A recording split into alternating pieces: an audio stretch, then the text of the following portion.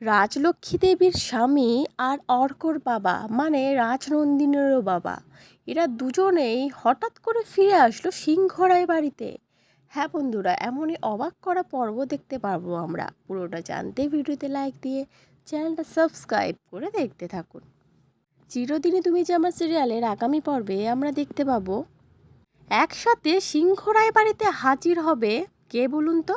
রাজনন্দিনী আর রাজনন্দিনীর বাবা। আসলে আমরা এতদিন ধরে যে প্রোমো এপিসোডটা দেখতে পাচ্ছিলাম সেটাই আমরা আগামী পর্বে দেখতে পাবো। যে দুজন মৃত মারা গেছে, অবশেষে সেই দুজন আবার একসাথেই হাজির হবে সিংহরায় বাড়িতে। রাজলক্ষ্মী দেবী তো চমকে উঠবে নিজের স্বামীকে দেখে, আর অর্ক চমকে উঠবে তার বাবাকে দেখে। অপর্ণা জিজ্ঞেস করবে মেয়েটা মানে রাজনন্দিনীর কথা বলা হয়েছে, কারণ রাজনন্দিনীকে নিয়েই তো সিংহরায় বাড়িতে প্রবেশ করবে রাজনন্দিনীর বাবা আর অর্কর বাবাও।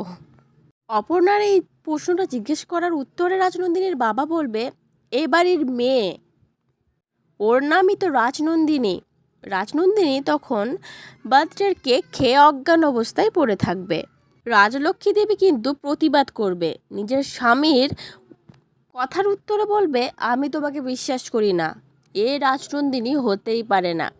আর শেষমেশ আর্য স্যারও বলবে, বাবা বার্থডের দিন এমন সারপ্রাইজ পেয়ে তো আমি পুরো অবাক হয়ে গেছি। এমন সারপ্রাইজ আমি তো ভাবতেই পারিনি। আমি নিজের এই হাতেই রাজনন্দিনীকে, ওর শেষকৃত্য, ওর শেষ সমাধি, সমস্ত কিছু আমি এই নিজের হাতে করেছি।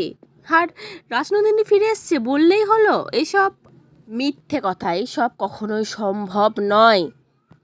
আপনারা দুজনেই ফেক, আপনারা দুজনেই মিথ্যাবাদীর মুখোশ পরে এসছেন। তো বন্ধুরা, তোমাদের কি মনে হচ্ছে?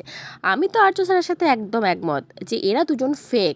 এরা দুজন কোনো প্লাস্টিক সার্জারি বা অন্য কিছু করে এসছে রাজনন্দিনী আর রাজনন্দিনীর বাবার রূপ নিয়ে। হয়তো এদেরকে রোহিণী বা কিঙ্কর কেউ একটা পাঠিয়েছে কোনো চক্রান্ত করে আর্যপূর্ণার ক্ষতি করতে। তোমাদের কি মত এই নতুন রাজনন্দিনী আর রাজনন্দিনীর বাবাকে নিয়ে? অবশ্যই কিন্তু কমেন্ট করে জানিও। পরবর্তী আপডেট নিয়ে তাড়াতাড়ি আসছি, সঙ্গে থেকো, সাথে থেকো, চ্যানেলটা সাবস্ক্রাইব করে দিও। ধন্যবাদ।